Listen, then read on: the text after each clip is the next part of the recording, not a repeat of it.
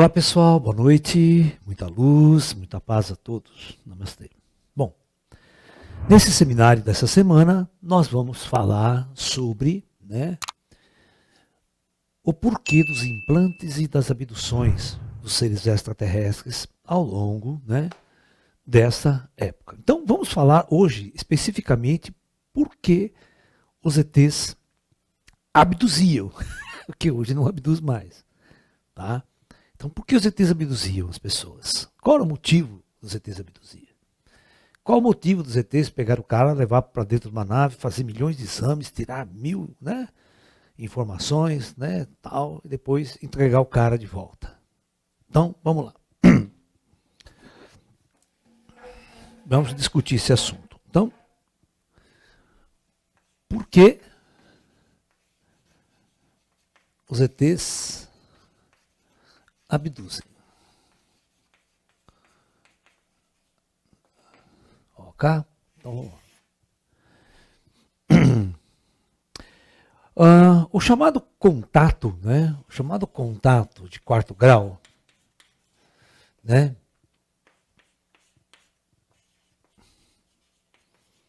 que é o famoso contato onde o indivíduo é levado para dentro de uma espaçonave extraterrestre, tá? Ele pode ser dividido em dois tipos, tá? Pode ser dividido em abdução, que em inglês é taken, deu até aquele filme do Spielberg, lembra? Taken. E pode ser também um contato que a gente chama de amigável. Tá? Muito bem. Então, quais as duas diferenças?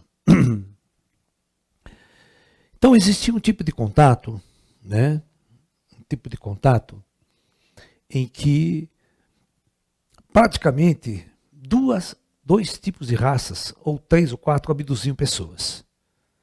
Não era um monte de raça, cada um abduzindo, não. Eram 80% das abduções eram feitas pelos Greys.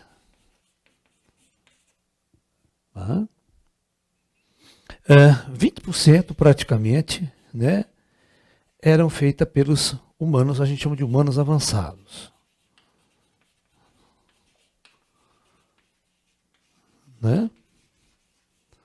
Ok? Muito bem. Na maior parte dos casos onde os Greys abduziam, não havia diálogos.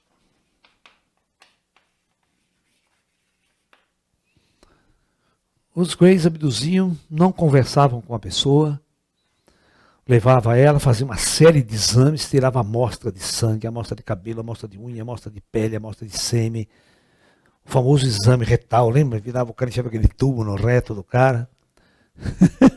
Estou falando sério, é verdade. É casuístico ufológica isso. E depois, quando devolvia o indivíduo, geralmente os Greys apagavam 99% da memória.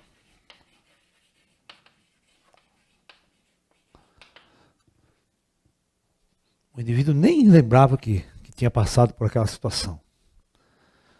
Um dos casos mais famosos no mundo, na época, na década de 50, de uma abdução Grey, e as pessoas nem sequer tocaram que foram abduzidas, é o famoso caso Barney e Beth Hill, dos Estados Unidos. É um casal interracial, Ele era negro, a mulher dele era branca. O livro que eles publicaram chamado A Viagem Interrompida, Eles estavam viajando por uma estrada, de repente viu uma bola de luz se aproximando, o carro morre o motor, e eles simplesmente apagam. E só acordam tantas horas depois, em quilômetros de distância de onde ele tinha adormecido ali. E não se lembravam de nada. Nada, absolutamente nada. Quando eles chegaram em casa, eles viram que no lado do carro deles tinha um pequeno amassadinho, e toda vez que ele passava perto daquele lugar, o relógio dele parava. Aí foi perceber que aquele lugar estava super magnetizado. Extremamente magnetizado. Um campo magnético muito forte ali, que parava até relógio. Né? Você tem que entender que naquela época tudo o relógio era mecânico, né? Você não podia ter imã perto do relógio, que o relógio parava mesmo, dava uma zebra total. Né? Então, eles só construíram uma história através de hipnose regressiva. Quando eles foram, teve essa prova da viagem interrompida, da luz que eles viram, então eles ficaram desconfiados, todo mundo ficou desconfiado. Inclusive, o próprio Hynek estudou o caso desse casal, né, no Blue Book, no projeto Livro Azul. Né? E a Força Aérea fez a regressão de memória nele, com hipnose regressiva. O casal separado e ambos relataram a mesma história, com todos os detalhes, com a riqueza de detalhe. E foi aí, exatamente neste caso, né, que a Beth, ela conversando com os ETs, né, ela perguntou de onde eles vinham, né, que planeta eles vinham. E aí, os Greys levaram ela numa tela, e na tela mostraram um mapa estelar, onde existia, né, 2 pontos assim, tinha como se fosse um traçado de uma rota, que a Beth, em hipnose, ela desenhou o mapa que ela viu. E o mundo estrela, tal, que é mais ou menos algo assim. Né? E... vai lá, Chapisquinho. E esse caso, ele foi muito famoso na década de 50. Muito famoso. Eles escreveram um livro, né, A Viagem Interrompida, e foi best-seller nos Estados Unidos, vendeu milhões de cópias. Né? Muito bem. Então essa foi uma abdução, como a gente diz assim, abdução mesmo. O casal não queria ser abduzido, não tinha a mínima intenção de ser abduzido, muito pelo contrário, não estava nem um pouco preparado para uma abdução desse porte. Né? E principalmente, né, os ETs sabem o trauma que a pessoa passa após a abdução, principalmente quando você não é humano, quando você é forçado a um contato com criaturas muito estranhas. Né?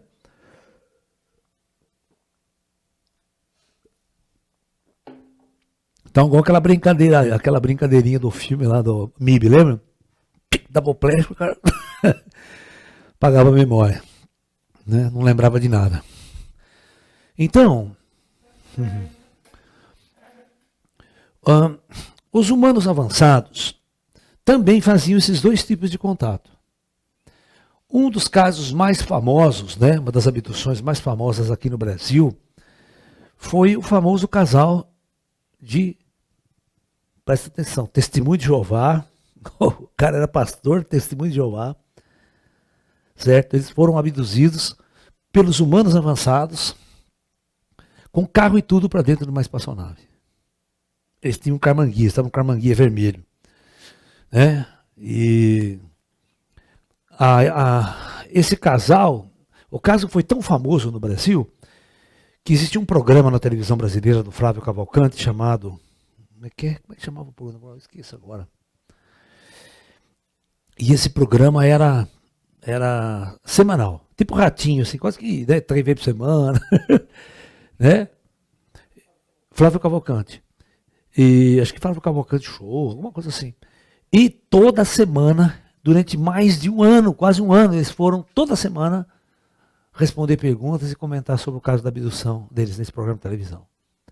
Então foi assim muito... E a Bianca também tem um livro escrito sobre... Ela conta detalhes por detalhes de como toda a abdução aconteceu. Né? Ela vê o carro sendo levantado de dentro da espaçonave. Né?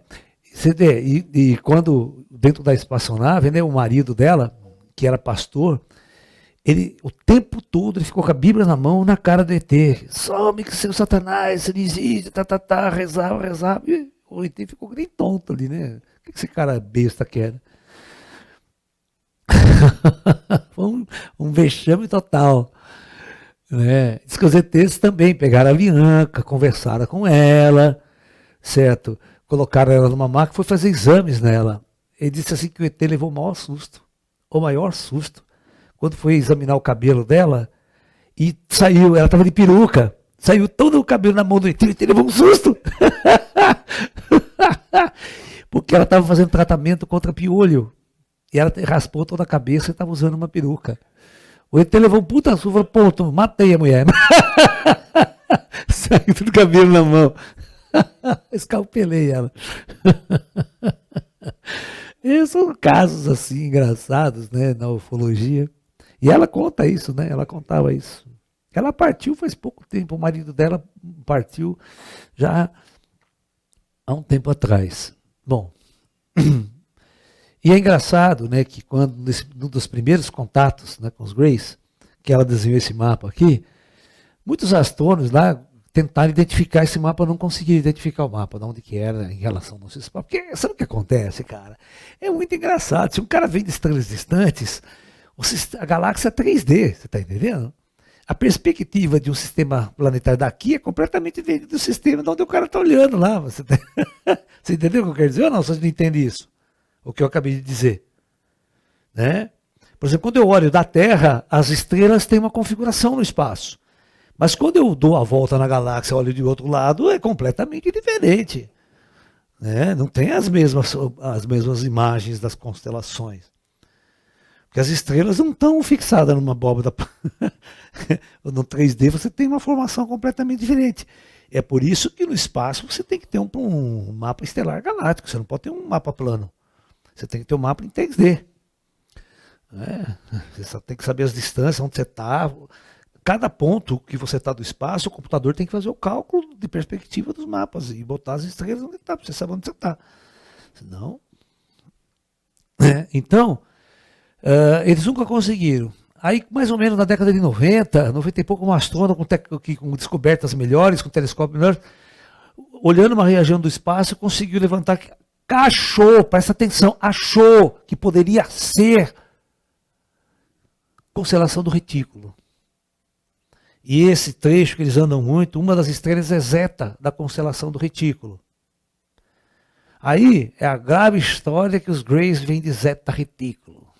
Mas é um puta chute naquele lugar, tá? Tem absolutamente nada a ver com a gente, o cu cascarça. Eu sou astrofísico, é minha área, né? As coisas não são assim. Vai saber que mapa que o ET mostrou para ele, de que ângulo que ela estava vendo, né? Mostrou uma rota, que eles faziam muito, uma rota entre certos sistemas solares e tal. Né? Mas aquela velha história, né? Quando o ET entra em contato com a gente, as pessoas, principalmente quando o contato é físico, as pessoas não têm noção de espiritualidade, elas não têm noção de outra dimensão, de vida após a morte. Depois nós vamos conversar sobre isso nesse contexto também. Muito bem. Então,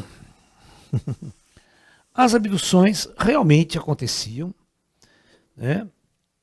E agora vamos falar daquela abdução amigável.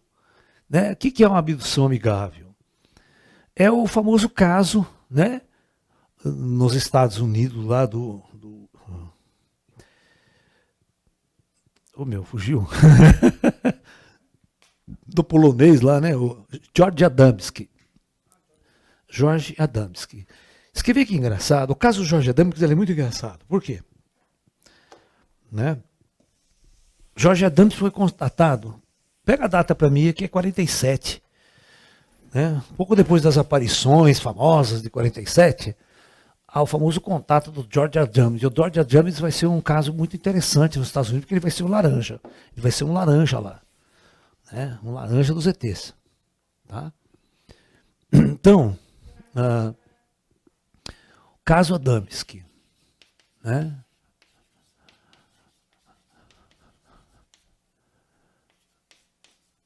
Essa aqui, não sei se é Y ou I, deve ser Y aqui. Bom, muito bem. O caso Adamski foi o seguinte, gente. Olha só que interessante. Ó. A história conta que você, lá na Califórnia, né, nós temos um local muito famoso. Agora quem que é? Quem? A minha capetinha. Tem um local nos Estados Unidos, lá na Califórnia, chamado Monte Palomar. Tá? Né? O Monte Palomar. Esse Monte Palomar aqui, na época, né, depois da Segunda Guerra Mundial, foi inaugurado o maior telescópio do mundo. Tá? O famoso Big Eye, um telescópio com 5 metros de diâmetro, que demorou mais de 20 anos para ser construído. Ele começou a ser construído antes da Segunda Guerra Mundial, teve que parar por causa da Segunda Guerra Mundial e só foi terminar depois da Segunda Guerra Mundial. Só para esfriar o espelho demorou mais de 10 anos para ser feito. O quê? 46? 9 de outubro de 46. Eu acho esquisita essa data. Que nem ufologia tinha nascido ainda direito. Né? Porque a ufologia nasce mesmo para valer em 47, né? Bom, tudo bem. Então aqui tinha o maior telescópio do mundo. Tá? É uma rede de outros telescópios, aqui é um centro de observação muito famoso. Né? O diretor desse observatório era o famoso Edwin P. Hubble. Então o astrônomo-chefe era o Edwin P. Hubble, né? Que é o nome do telescópio Hubble aí, que a gente colocou no espaço em homenagem a esse grande astrônomo, né?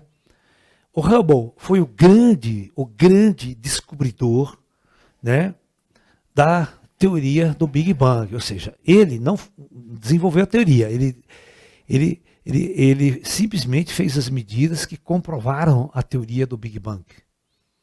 Tá, ok? A teoria do Big Bang é do russo George Gamow, né? E o Edwin P. Hubble mais o Rummelson, que era o ajudante dele, os dois astrônomos, eles descobriram a chamada redshift das galáxias. Não sei se vocês sabem o que significa redshift das galáxias. O desvio para o vermelho do espectro luminoso das galáxias. Quando você tem um redshift, significa que este corpo celeste está se afastando de você. Então, todas as galáxias que ele passou a observar, simplesmente tinha redshift. Nenhuma galáxia tinha blueshift, ou seja, estava se aproximando de nós. Então, todos os pontos distantes, as galáxias estavam se afastando com um padrão de velocidade. Né? Okay? E isso comprovou, então, a teoria que essas galáxias, há milhares de anos atrás, há bilhões de anos atrás, estavam num ponto, e esse ponto explodiu, o famoso Big Bang, fazendo com que toda essa matéria fosse ejetada em todas as direções, em 3D, e hoje, né, depois de bilhões de anos, as galáxias tinham essas configurações que nós temos, e ainda se afastando em altas velocidades de um ponto, né, vamos supor, hipotético, que seria o centro da galáxia, centro do universo até. Né? Muito bem. Aqui embaixo, a uns 3 quilômetros, tinha um restaurante chamado Palomar Garden.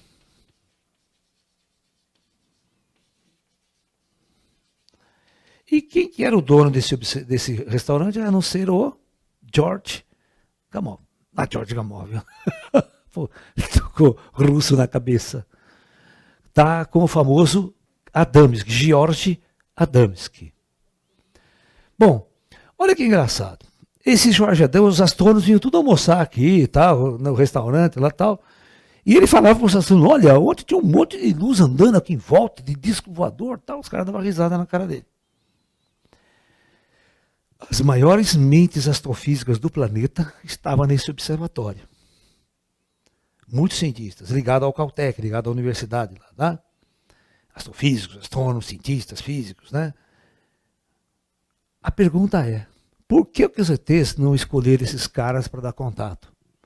Vai escolher justamente o cara aqui que é um dono de um restaurante, né? Ele era astrônomo amador, gostava de pegar o telescopinho dele e ir lá nas planícies aqui embaixo, ficar olhando o céu. E ele via esses discos, essas luzes. Ele convidava muitos amigos dele para ir lá no deserto, para ficar olhando as estrelas, olhando os discos voadores. Um belo dia ele foi sozinho, tá? Ele estava lá no deserto, vem uma luz, começa a dar um rolê e tal, pousa a uns 50 metros de distância dele. E aí sai um loiro, alto, macacão prateado, Hal, aquele Hal americano, Hal dos índios, né? Me leve, eu sou líder. Brincadeira. E esse indivíduo então vem e bate um mau papo com ele ali, né? Troca umas ideias com ele.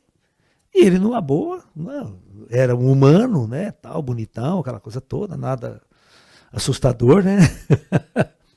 Bem simpático, bem carinhoso. E convida ele para dar um rolê. Diz, pô, vamos dar um rolê. Vamos embora, vamos nessa. Vamos conhecer minha nave por dentro, vamos e vou dar um rolê. Esse foi o primeiro contato do George Adamski. Aí a história, ela vai indo.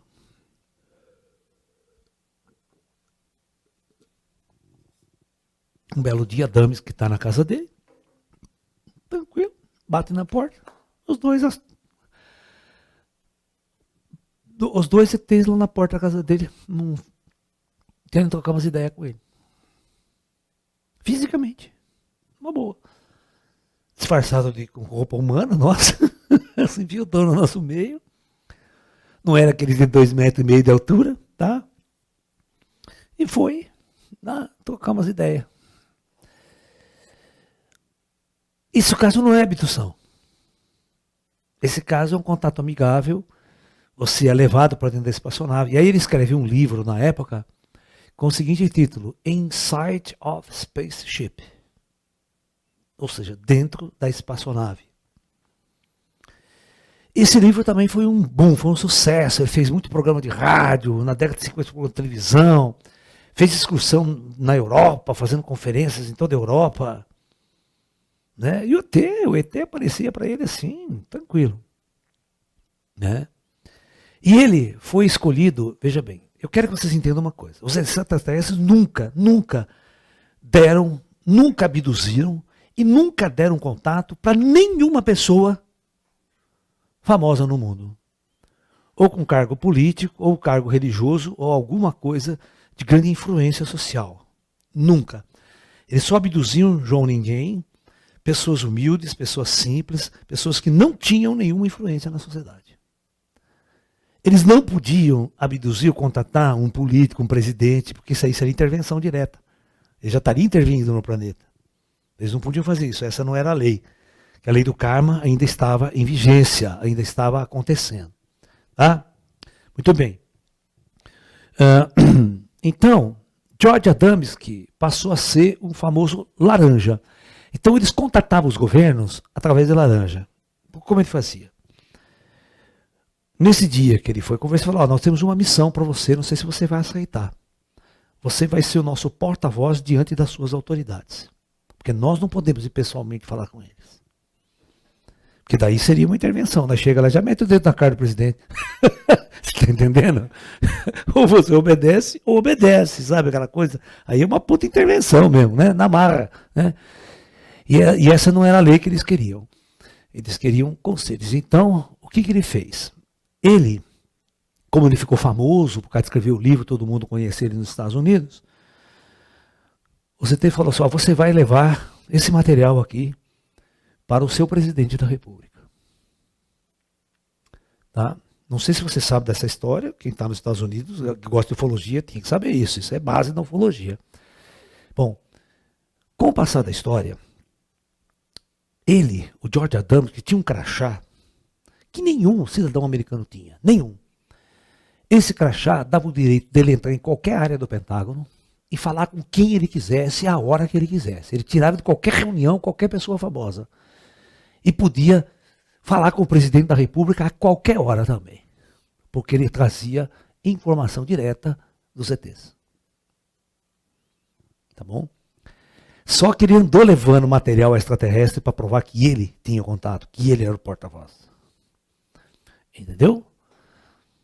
Convencendo os americanos que ele era o cara. Então, uma das questões bases e fundamentais era: vocês não podem, em hipótese alguma, utilizar armas nucleares.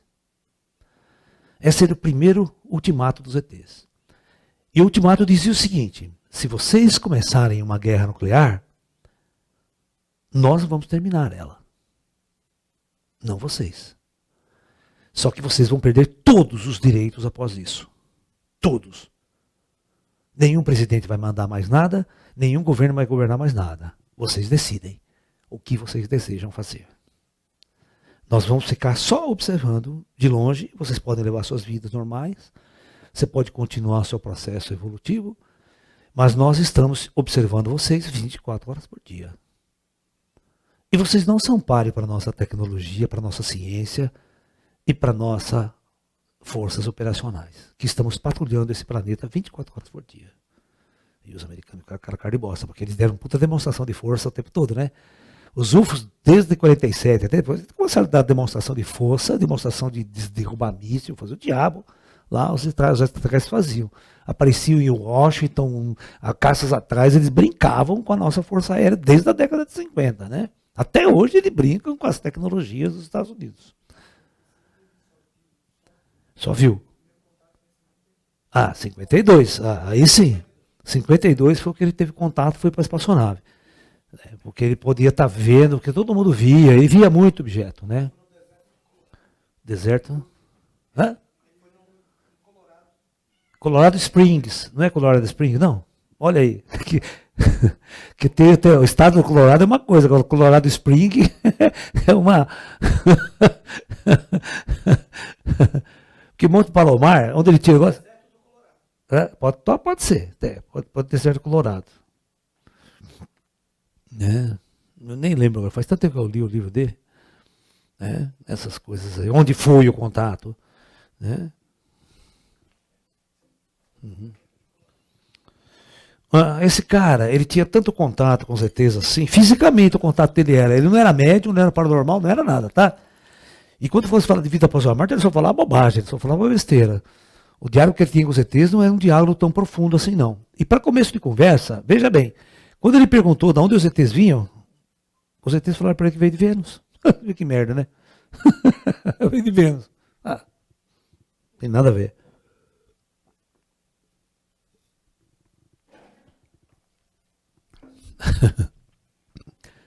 Cabeça do ser humano, você não conhece nenhum outro planeta além do sistema solar. Né? Então os ETs falam, fala que vem de Vênus, né? Tá tudo certo, né? Não vai nem saber mesmo. Né? Isso começou, né? Hoje a gente sabe que Vênus é um planeta insuportável, né? Ninguém mora em Vênus, né? Ninguém vai morar em Vênus, fisicamente até. Né? Não tem condição. Bom, uma vez ele foi fazer uma excursão na Europa, um jornalista inglês convidou ele para fazer uma turnê de palestras na Europa. Quando ele chegou em Londres, o cara era de Londres. Quando ele chega em Londres, no hotel, para se hospedar, tá? Lá no hotel tem uma carta. Olha, senhor Jorge, tem uma carta para o senhor aqui. Na hora que ele vai abrir agora no quarto, vai abrir a carta, era dos amigos ET dele. Os amigos ET dele falaram assim, ó, hoje, às 7 horas da noite, você vai em tal lugar, assim, assim, assim, assado. E nos espere que nós vamos lá contratar você. Ele desce, pega um táxi, fala, você me leva para tal lugar, aqui, desse endereço aqui. O cara falou, não, mas isso é no meio do nada, né? Não, tem um lago só lá, então não tem problema, é lá que você leva mesmo. Aí chegou lá, bem deserto o lugar, certo? Ele ficou e falou pro táxi, ó, daqui 1 hora você volta me buscar. Pode ir embora. Mas você vai ficar sozinho, pô. Dá um tempinho, a nave dos ETs desce. Desce 2 ETs, o cara com uma maleta na mão, certo? Tipo uma maleta 007, assim, quadradinha. Entrega para ele, ó, você vai amanhã, você vai pro Vaticano e vai entregar isso na mão do Papa. O Papa era o João 23 na época. Você vai entregar isso aqui pro Papa. Você fala, tá bom, boa, né? Você deu a ordem, boa. Despediu, tchau, tchau. O Papa ficou com a maleta e foi pro hotel. Não abriu a maleta, não sabia o que tinha dentro, nem sabia como abrir. No dia seguinte, ele convida um amigo dele, que tá ali para ciceronar ele, né? Nem fala com o jornalista lá que convidou, porque não era a época da palestra ainda. E ele pega o trem e vai para dá um jeito lá, vai para Roma. Chega no Vaticano, falou, como é que eu vou contratar o Papa? O Papa está no leito de morte, estava doente pra caramba, 6 meses depois o Papa morre. Para conseguir uma audiência com o Papa, isso daqui 1 ano, você tem que estar na fila, né? Aquela coisa toda. Mas como é que eu vou falar com o Papa? Ele ficou ali, ele com o amigo dele na praça ali do Vaticano, de repente sai um padre lá de dentro do corredor, grita lá, quem que é Jorge Adamski? Quem que é Jorge Adamski aí? Ele fala, sou Joe. Né? Vai ele, chega na sala do Papa, no quarto do Papa, o Papa estava na cama, quando o Papa viu, o Papa levantou assim da cama e o Papa falou assim, meu Deus, há anos que eu estou esperando isso. Ele se levanta da cama, vai tomar um chá, vai tomar um café com o Adame entrega a maleta para ele. E o Papa dá de presente para ele um anel de ouro especial, que ele só dá para grandes autoridades. Né? E aí, ele sai de lá, termina rápido e volta para Londres e fica no hotel. De repente, um amigo dele fala: pô, você sumiu ontem, onde você foi? Fiquei procurando você aqui. Não, eu fui lá falar com o Papa. Tive encontro com o Papa, o jornalista, falou: pô, esse cara já é louco, já vai falar que discute com o voador. Tem contato com ele, agora fala que encontrou o Papa, cacete. Ah, deixa de besteira, ninguém vai acreditar que você encontrou o Papa. Fala pra mim onde você foi. Não, tá até aqui, ó, tá aqui esse anel, o Papa deu de presente pra mim, ó. Ele falou: vai, essa merda aí todo mundo compra lá no camelô, lá em Roma, né? Baratinho. Ele falou: não, isso aqui é verdadeiro mesmo. Ele falou assim: vou fazer o seguinte, eu vou chamar um amigo meu que é jornalista, que cobra o Vaticano. Ele sabe tudo sobre o Vaticano, né? Conhece tudo. Chamou um amigo dele para me examinar o anel. O amigo examinou o anel e falou: não, esse anel é verdadeiro. Esse anel não é do camelô, não é falso, não é ouro puro. E é do. Ele teve com o Papa mesmo, porque o Papa só dá isso aqui para grande autoridade. O cara falou: puta merda, e agora? Então o Papa também sabe das coisas. Tá? Mas por lá, lanchas. Agora eu pergunto: o que tinha dentro da maleta do Papa? Você sabe? Que os ETs mandaram para o Papa? Na época, uma das grandes, veja bem, intervenções extraterrestres tinha como objetivo, isso aconteceu na década de 50, isso tinha como objetivo, né, impedir uma guerra nuclear. Era primordial para os ETs impedir essa guerra. Porque aquilo que eu falei para vocês, houve uma reunião em 1947 e o plano superior resolveu abortar o apocalipse na década de 60. Já estava tudo planejado para um apocalipse na década de 60. Por isso, todo o advento da ciência e tecnologia no começo do século XX e o desenvolvimento da física nuclear e da física quântica, e você teve a explosão atômica. Então estava pronto o cenário para um holocausto e um apocalipse na década de 60. Idem ao Projeto Atlante, lá de trás. Mas, por cargas d'água, em 1947, eles resolveram fazer um conclave estelar para decidir os futuros do planeta Terra. Tá? A Federação. E foi aí que eles decidiram abortar o apocalipse, fazer diferente. E, através dessas incursões, então, uma incursão em massa dos discos voadores na Terra, alertando toda a autoridade, toda a civilização, todo o planeta sobre uma nova era que se iniciaria e sobre a presença inequívoca das forças extraterrestres entre nós. E eu digo para vocês que essas abduções só teve um motivo, né? Um motivo. Só alertar a humanidade para a presença extraterrestre. E pelo projeto que eles elaboraram lá nesse conclave estelar, eles não planejaram uma intervenção total.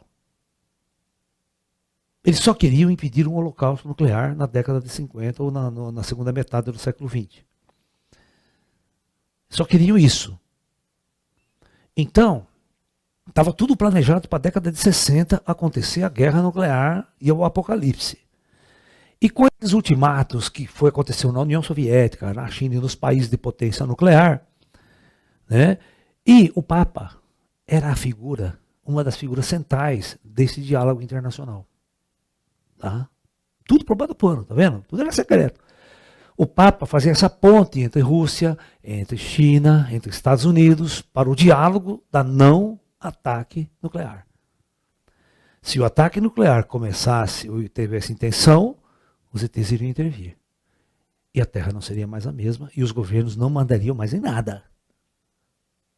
Então os governos ficaram acuados contra a parede, porque se os extraterrestres, se eles ameaçassem fazer um ataque de armas de destruição em massa, os ETs interviriam. Se eles não fizessem, nós poderíamos seguir o nosso planeta, o nosso mundo, do jeito que a gente quisesse administrar, e só ficariam observando e analisando a situação. Essa era a regra.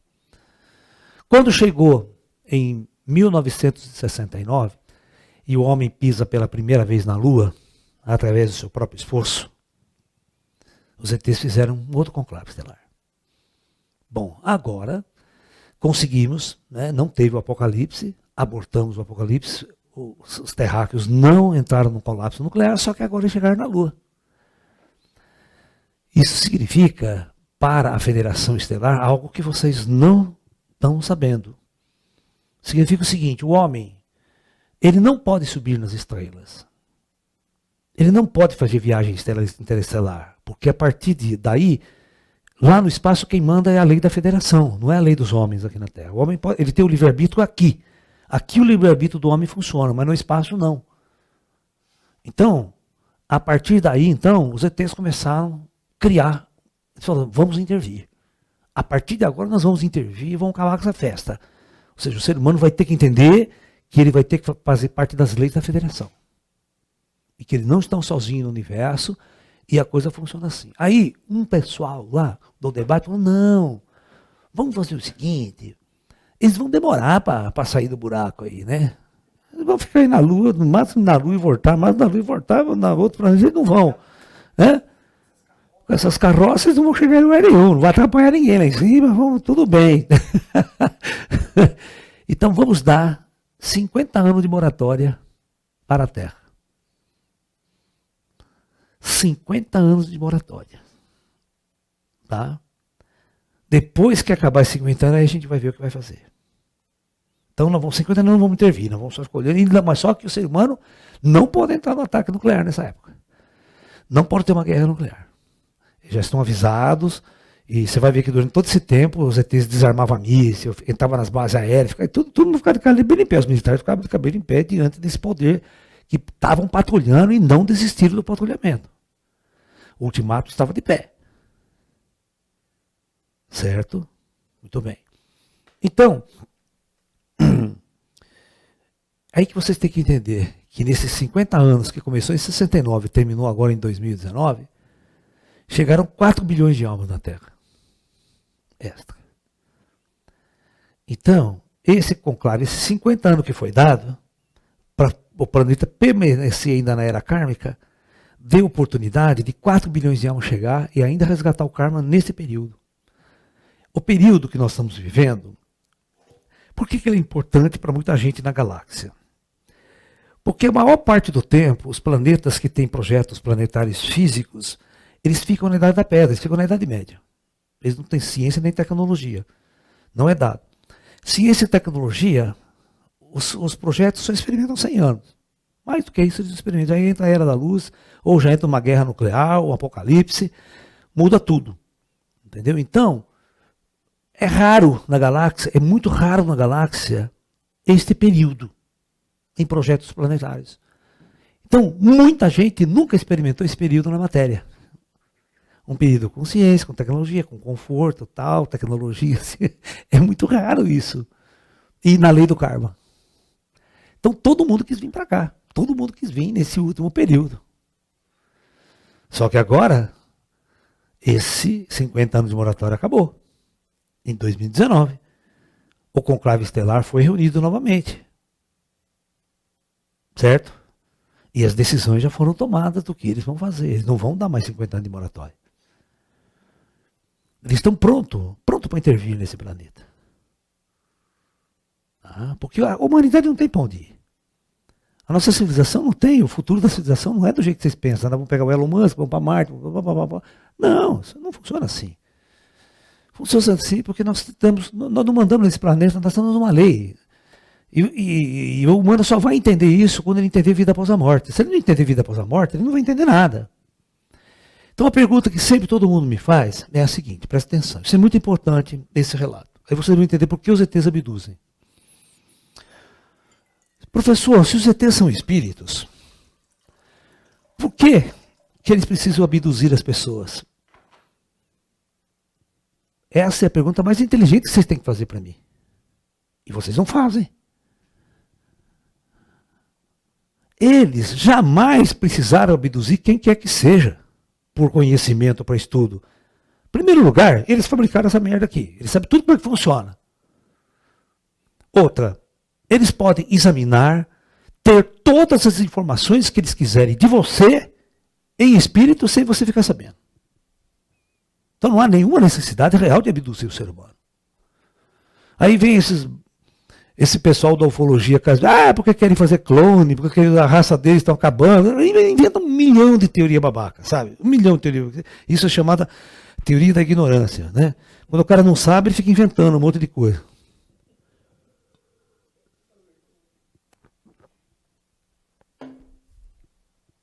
Então, a única resposta real e vigente do que aconteceu foi: eles só fizeram isso para chamar a atenção da humanidade, para acordar a humanidade. Por quê? 99,9% ninguém é paranormal, ninguém é vidente. Você vê ET, você vê espírito, você fala com o espírito, mas vê, não é ouvir, intuir. Tem que ver como você está me vendo. Tem que ouvir como você está me ouvindo. Não adianta intuitivamente, intuitivo tá erro pra caramba. A sua intuição falha.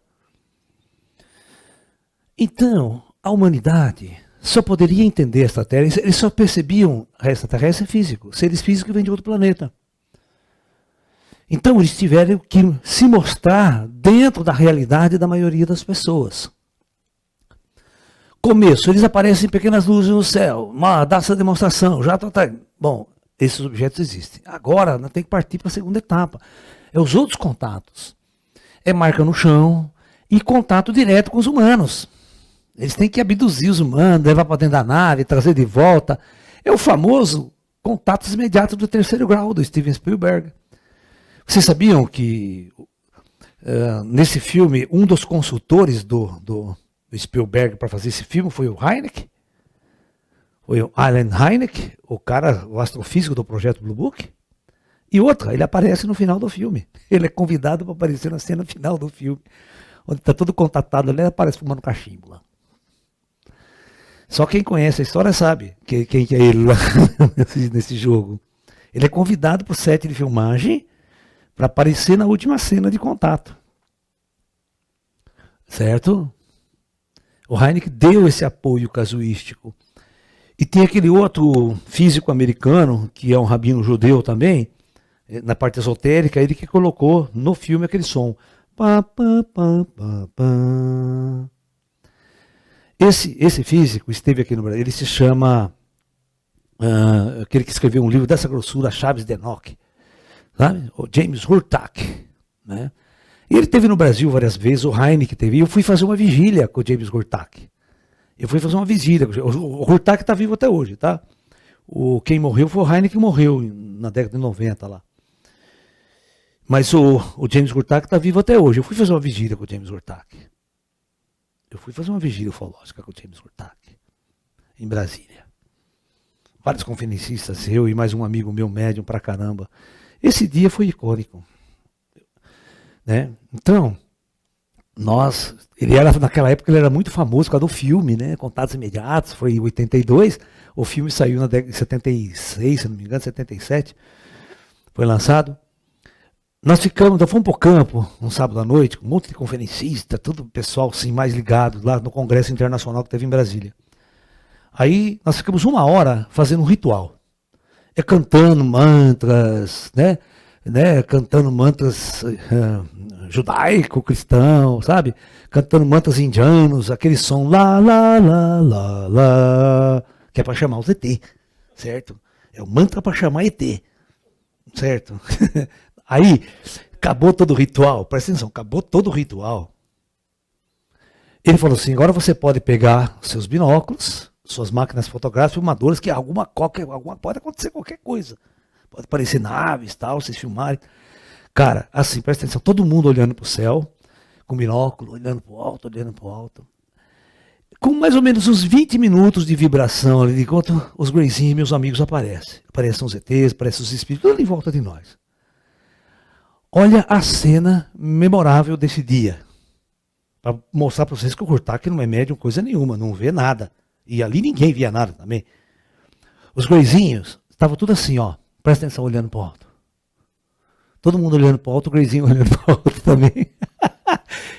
Eu e o Gilson, quando nós vimos aqui, nós começamos a rir. Mas nós começamos a rir.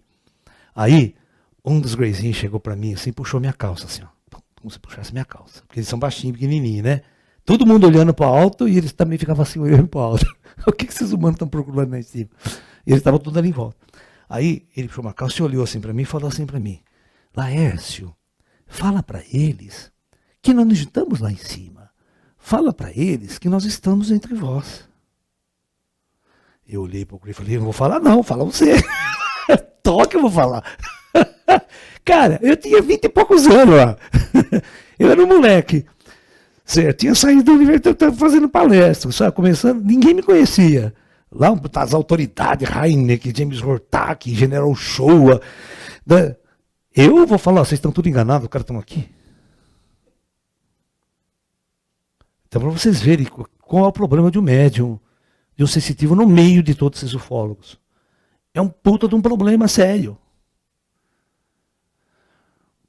Nós no Congresso, puta debate, puta encrenca dos ufólogos, quando eles têm vindo, você não tem voador, eles tudo andando no palco, em espírito, andando no caso, ET, cara de 2 metros, espírito, tudo lá.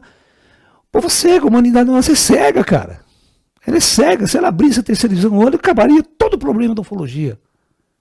Ninguém está discutindo. Então, eu me sinto um estranho no ninho. E eu vou abrir a boca? Sou da besta?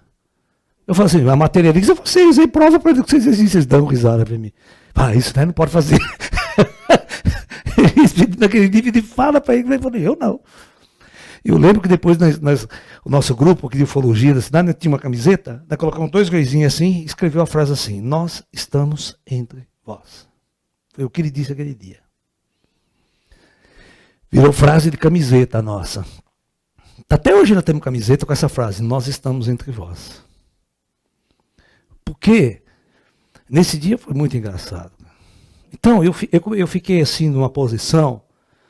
Eu sou um cientista, eu sei que se eu não tiver uma prova concreta, eu vou convencer os caras. Tô besta. Vou me meter para me ferrar? Não. Eu não vou falar nada não, fiquei de boca fechada.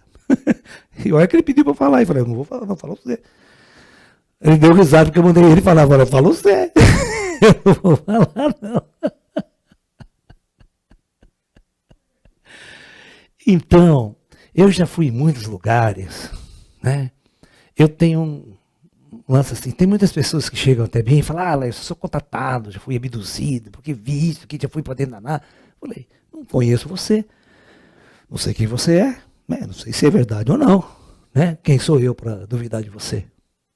Né? Aí, tudo bem, eu espero que meus greyzinhos, para meus amiguinhos apareçam, analisa aquele cara para mim. Nós temos um código. Ele vai lá, passa o scanner no cara, ele volta para mim, ele só faz assim ou assim.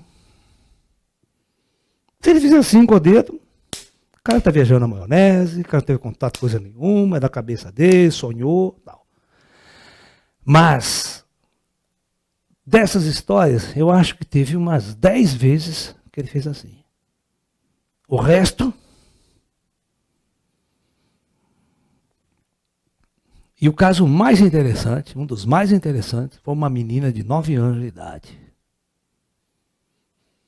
9 anos de idade, na cidade de São Carlos. Quando eu vou dar uma palestra lá, de ufologia, um seminário de um fim de semana, numa chácara, uma mãe vem falando para mim que tem uma filha de 9 anos de idade que não sabe o que fazer, que ela tem uma série de amigos invisíveis, que ela fala que é pequeno, cabeçudo, zoiudo, assim, a descrição dos Greys que eu descrevia. E diz que nenhum psicólogo, nem centro espírita, ninguém dava solução por causa da menina.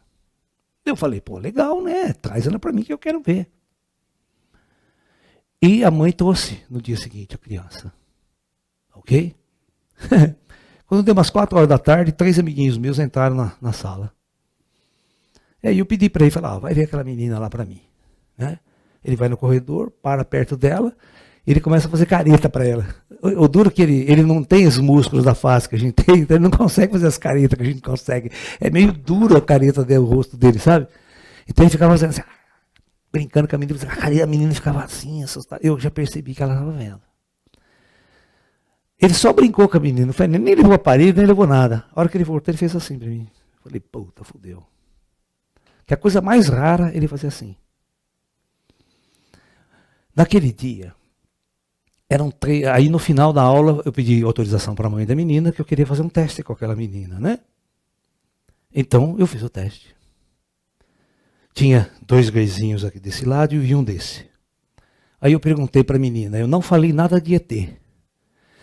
Eu falei assim, meu bem, quantas pessoas você está vendo ao meu lado? Ela, 3.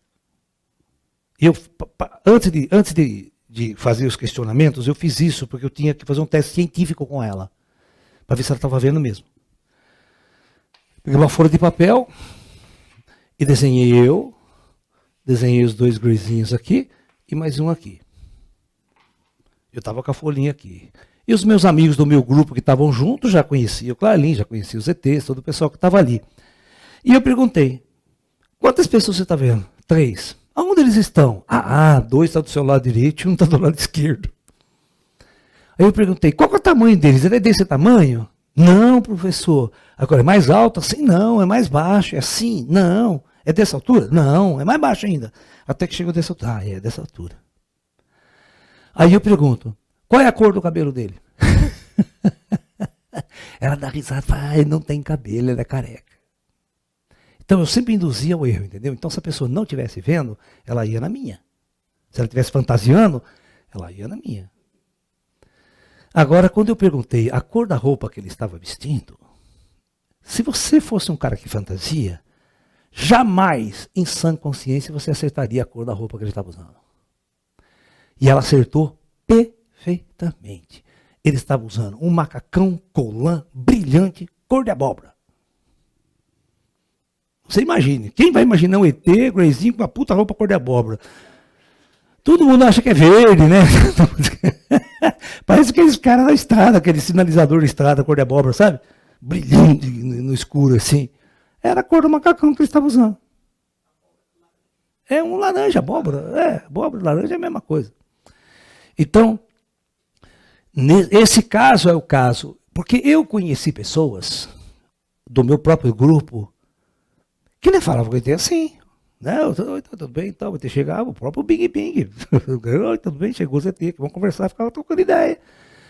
Não é intuição, não é canalização, não é eu pensei, eu intuí. É papo direto, é visão direta. É o contato direto. O caso do Bing Bing é muito engraçado. Em 82, 83 mais ou menos, eu tinha um grupo em Campinas, tem um pessoal da física comigo, tá? Eu já tinha feito física na Unicamp também.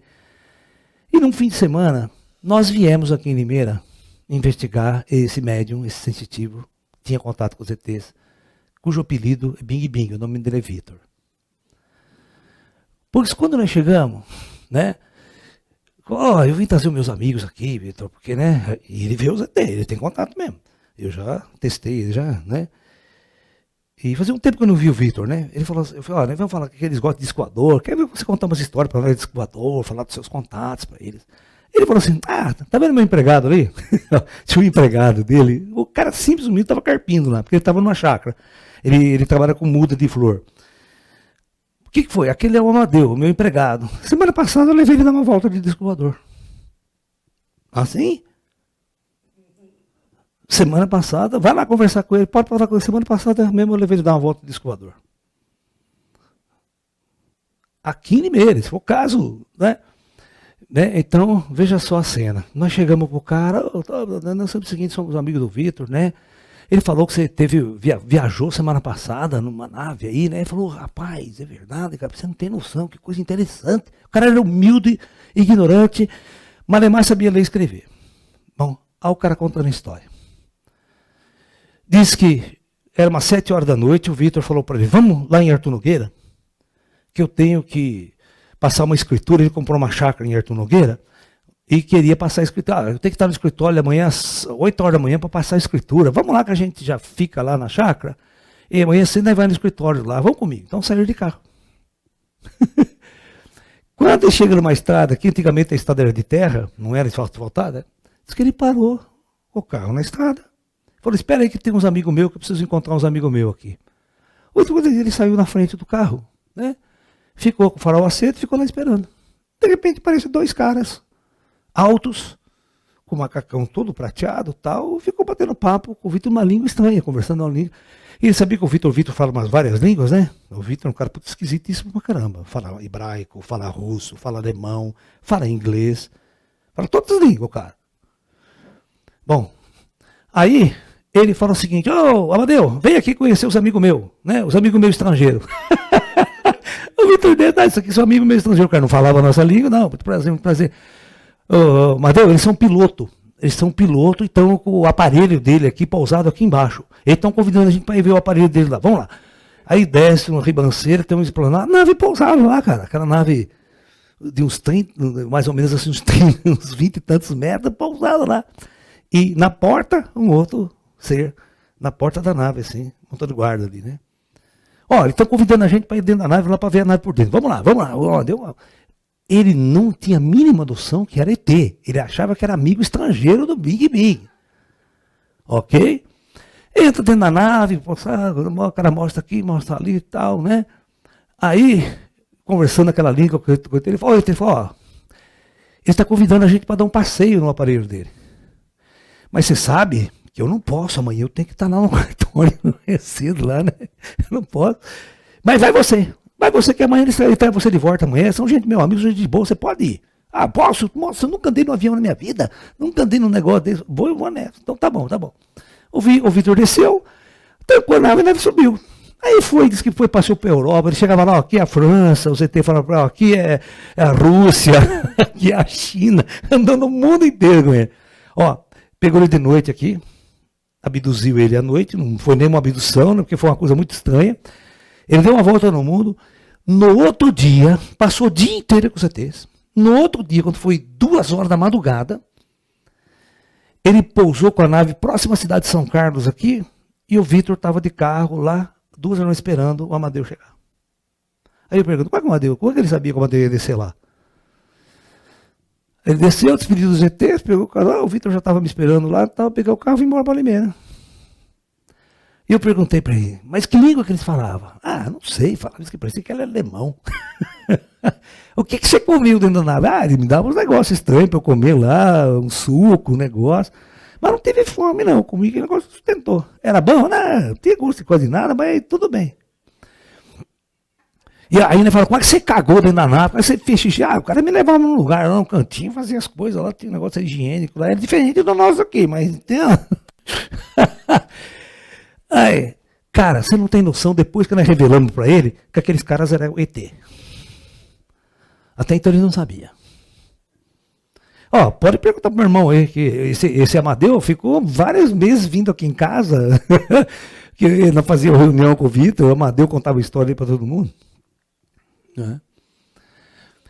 Você vê de abdução. Então, abdução aqui, em Limeira, ixi,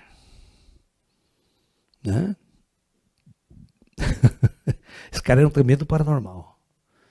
Vidente, paranormal. Sabe? Olha, eu não sei.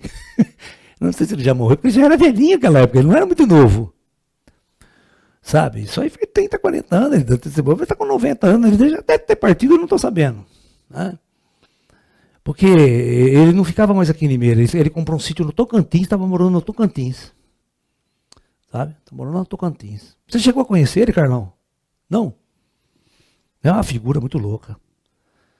Né? Eu não posso falar aqui em vídeo, depois em off eu falo para vocês. Tem uma coisa que eu desconfio que ele era. Não posso falar aqui que é meio perigoso.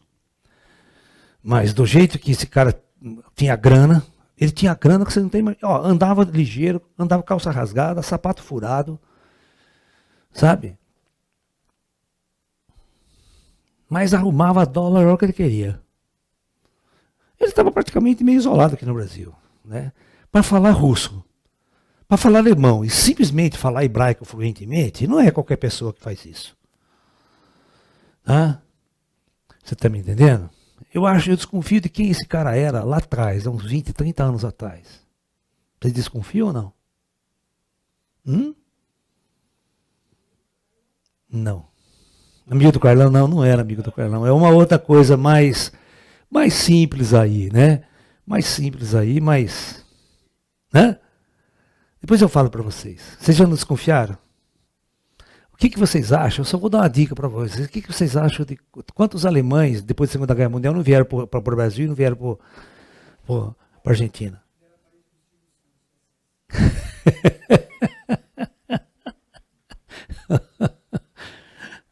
Eu quero que vocês entendam uma coisa.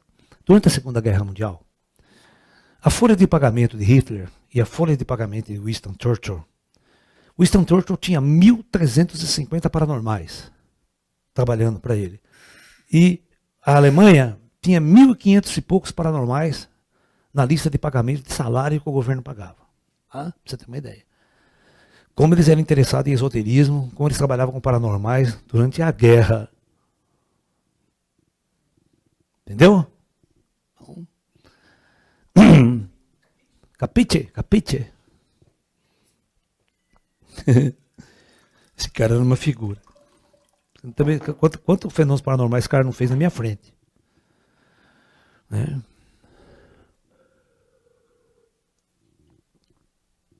Sem contar o meu parceiro, né?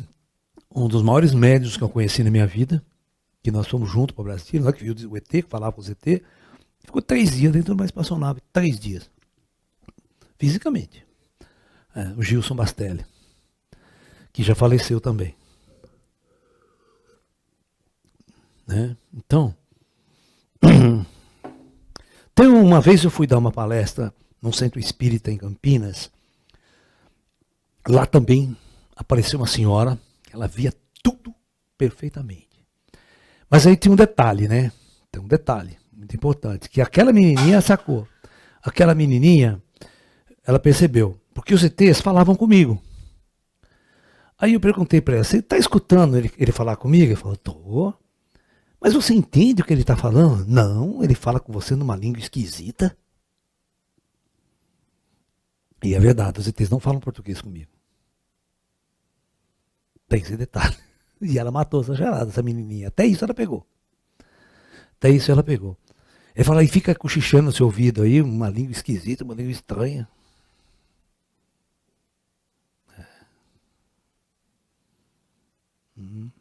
Então matou a charada. Pra você ter uma ideia, uma vez eu fui... Tem outro paranormal aqui, que ele saiu de cena. Na década de 80 ele aparecia muito na mídia, nos congressos de ufologia. Hoje sumiu, ninguém mais vê ele.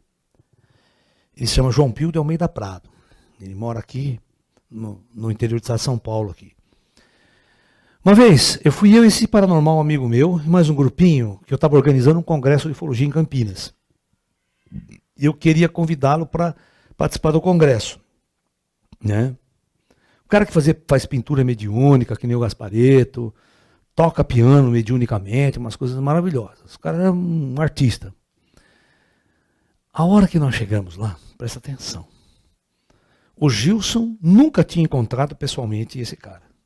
E esse cara não conhecia o Gilson pessoalmente. O Gilson era professor de inglês. Só sabia fluentemente o inglês. Os dois sentaram no sofá, ficaram olhando para a cara do outro assim durante alguns minutos e começaram a falar numa língua completamente diferente. Eu não entendia nada do que eles estavam falando com o outro. Falei, porra, Gilson, que língua vocês estão falando aí? Não é inglês, não é alemão. A gente conhece o sotaque das línguas, né? Quando o cara está falando alemão, japonês, você sabe, você tem palavras que você capta. Daí essa língua não existe aqui na Terra. Essa é uma língua que só existe no plano astral. E os dois conversando, fluentemente, batendo papo, sem ligar pra gente. E ele sabia a língua, o Gilson também sabia a língua. Eu não, estava completamente fora do cabo ali. Os caras eram foda. Esse outro médium, o Gilson era foda, como médium. E veio os Greys, veio os ETs, veio todo mundo com a maior facilidade. Entendeu? Eu e ele estavam em Brasília junto aqui, como nós vimos na vigília do... na vigília do James Gurtak. Aquele dia foi muito engraçado. Né? Bom, só que um militar brasileiro do nosso lado o tempo todo. Um capitão do exército não largava de nós, onde a gente ia. Isso é coisa que eu não posso ficar falando muito. Bom, vamos responder perguntas? Nossa, já a hora andou, hein? Professor, poderia fazer a indicação de bibliografia esotérica? Eu não sei, preciso saber o que você quer. Tem tanta coisa. Se for ligada aí extraterrestre, ufologia, uma coisa. Agora, esotérica é um termo muito amplo. Tem 1 milhão de livros esotéricos para você ler. Preciso saber qual área você quer pesquisar, a sua área que você quer estudar, porque tem um problema muito sério também, né? Eu também não sei quais os livros que estão no mercado hoje, né? Que os livros que eu já li nem são editados mais, né? Os livros que eu acho legal já nem existem mais. Professor, as abduções então pararam? Os avistamentos estão aumentando no mundo todo, isso é verdade. Isso indica que uma grande intervenção extraterrestre se aproxima. E como será essa intervenção? Então vamos lá, vamos fazer um gráfico aqui, que é muito interessante isso. Tá?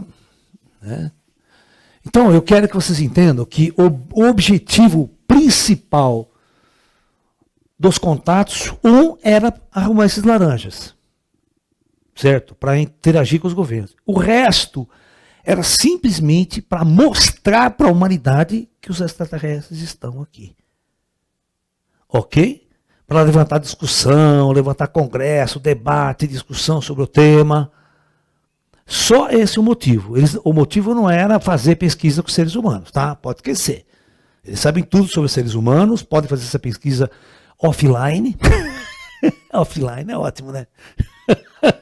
Sem que ninguém veja, sem que ninguém perceba. O cara faz um scanner aqui, tem que sua vida inteira, essa ficha toda, em espírito.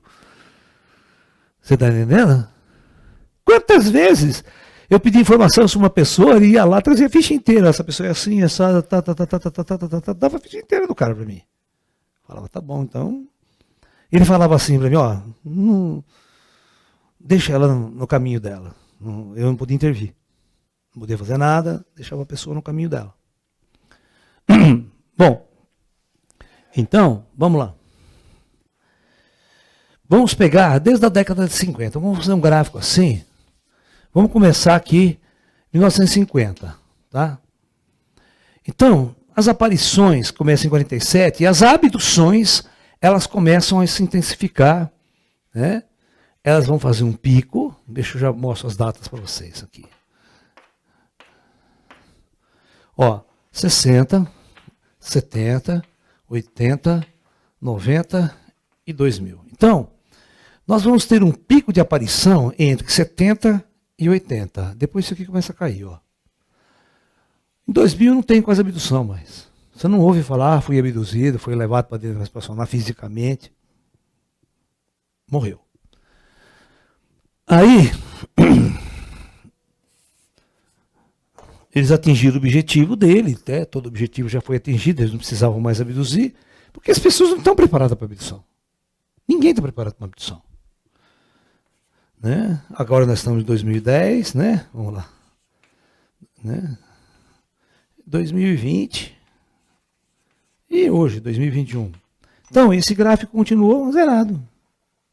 É muito raro alguém falar que foi abduzido hoje. Estou falando da abdução, estou falando da aparição de objetos voadores. Agora, em termos de aparição de objetos voadores, nós tivemos uma aparição acompanhando quase que esse pico aqui, caiu, mas a partir de 2010 só começou a subir. Nós estamos num pico muito alto de aparição no mundo. A gente não sabe se é o seguinte, se aqui, o que acontece? Aqui acontece um fenômeno muito grande. O número de relatos é muito alto, porque todo mundo tem celular, todo mundo filma, todo mundo fotografa. Aqui não, aqui ninguém tinha. Então, aqui pode até ser que o número de casos seja muito parecido com o daqui. Porém, o número de relatos aqui é muito maior. Eu recebi um vídeo mesmo do meu primo, sábado, aqui filmaram objeto esquisito e outra, filmaram objeto e o objeto saía do outro. Sabe? Você tinha uma luz forte e de repente sai um segundo objeto do outro, tal, dá um volta, sabe? Você fala, pô, drone não faz isso, como é que vai? Entendeu? Então, nós estamos tendo um aumento muito grande de aparição. A tal ponto que a Força Aérea está sendo forçada, né, a dar relatos. Você vê, os objetos existem, mas ninguém fala que é ET. É proibido você falar que é ET. Nenhuma autoridade militar ou governamental pode usar a palavra ET para definir esses casos. É proibido. Por isso que os americanos estão tudo meio, né, meio fora do... Né? O mundo está mudando. Cuba vai cair. Você já imaginou Cuba deixar de ser comunista? Ninguém pode imaginar um negócio desse. A gente não sabe direito, mas está tendo uma coisa que nunca teve em Cuba, uma rebelião cubana do povo na rua. É. Certo? Regimes ditatoriais. Né? Lá no mundo árabe nós tivemos a Primavera Árabe, né? A Primavera Árabe foi toda uma rebelião contra as ditaduras instaladas no Oriente Médio, né? E foi pingando, né? Cada hora no país. Começou no Egito, né? Com os Mubarak lá, derrubando os Mubarak, né? Agora você tem toda o Oriente Médio tentou fazer tudo, muitos países derrubaram o Gaddafi, derrubaram um monte de gente lá, a Primavera Árabe. Agora vamos ter uma primavera comunista aqui, né? Uma primavera. Se começar em Cuba, cai todo mundo. Porque Cuba é o sustentáculo da América Latina aqui. Da esquerda da América Latina.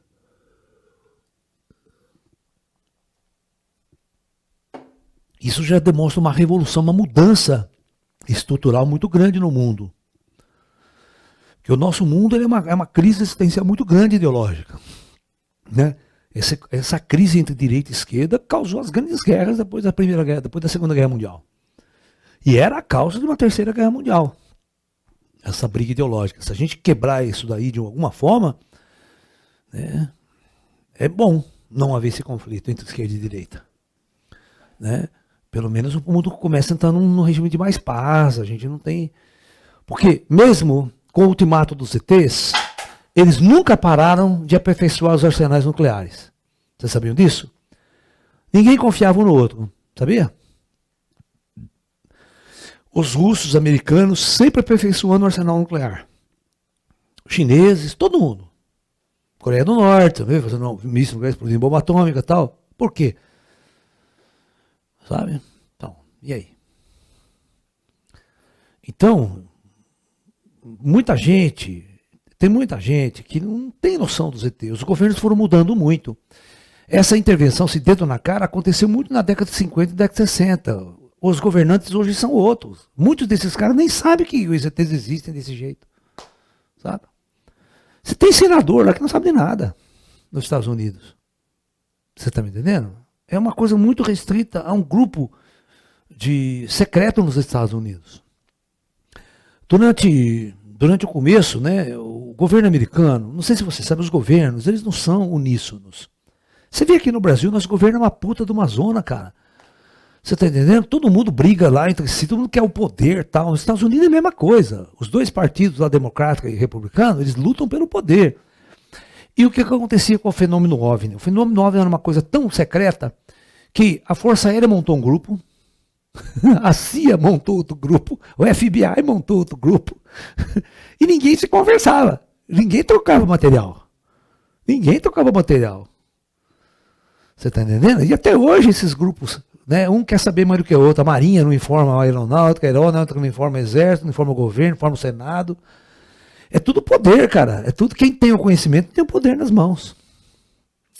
Né? Mas eles estão com a pulga atrás da orelha. Que os satélites hoje detectam muito movimento extraterrestre, muita coisa. Os radares são sofisticados hoje, são muito mais do que na época da década de 50, 60. Hoje eles detectam tudo que existe. Né? A ISS, constantemente os objetos voadores circulam ISS, brincam. E outra, aparece 150. Lembra aquele dia que apareceu 150? Teve um sábado aqui, à noite aqui em Limeira, que chegaram na Terra cerca de umas 150 naves extraterrestres. 150, uma frota. E a ISS filmou todos eles. Filmou todo aquele bando de objetos entrando na órbita terrestre. Uma daquelas naves veio nos visitar. Naquela mesma noite, que nós estávamos em vigília aqui no sábado à noite, ela veio, fez toda a demonstração para nós, né? Brincou, fez o círculo tudo no céu, conversou com a gente, depois se mandou. Um bom presente para vocês, né? Para todos nós, né? Um presente muito bom para quem estava naquele dia lá e viu toda a demonstração deles no céu. E sempre eles dão umas piscadas fortes para nós, né? Tá lá, o céu tá bonitinho, eles dá umas fachadas de luz em cima de nós lá, a pessoa fica toda assustada. Bom, estamos aqui. É igual a imagem na lousa também, né? Vocês viram, né, no sábado. Eles fazem muito isso. Jogar a cara deles na lousa, assim, né, para a maior parte de pessoas verem. Você viu sábado? Você não estava, né? A foto. Você vê, apareceu sábado, de novo. Ou seja, eles estão preparando a gente para uma materialização. Mais cedo ou mais tarde eles vão se materializar na frente de todos vocês. Quero ver a reação. É? Quem vai casar depois? Beleza, acabou as perguntas, Ju? Beleza, então, pessoal, amanhã tem mais, então. Namastê, muita paz, muita luz a todos. Namastê.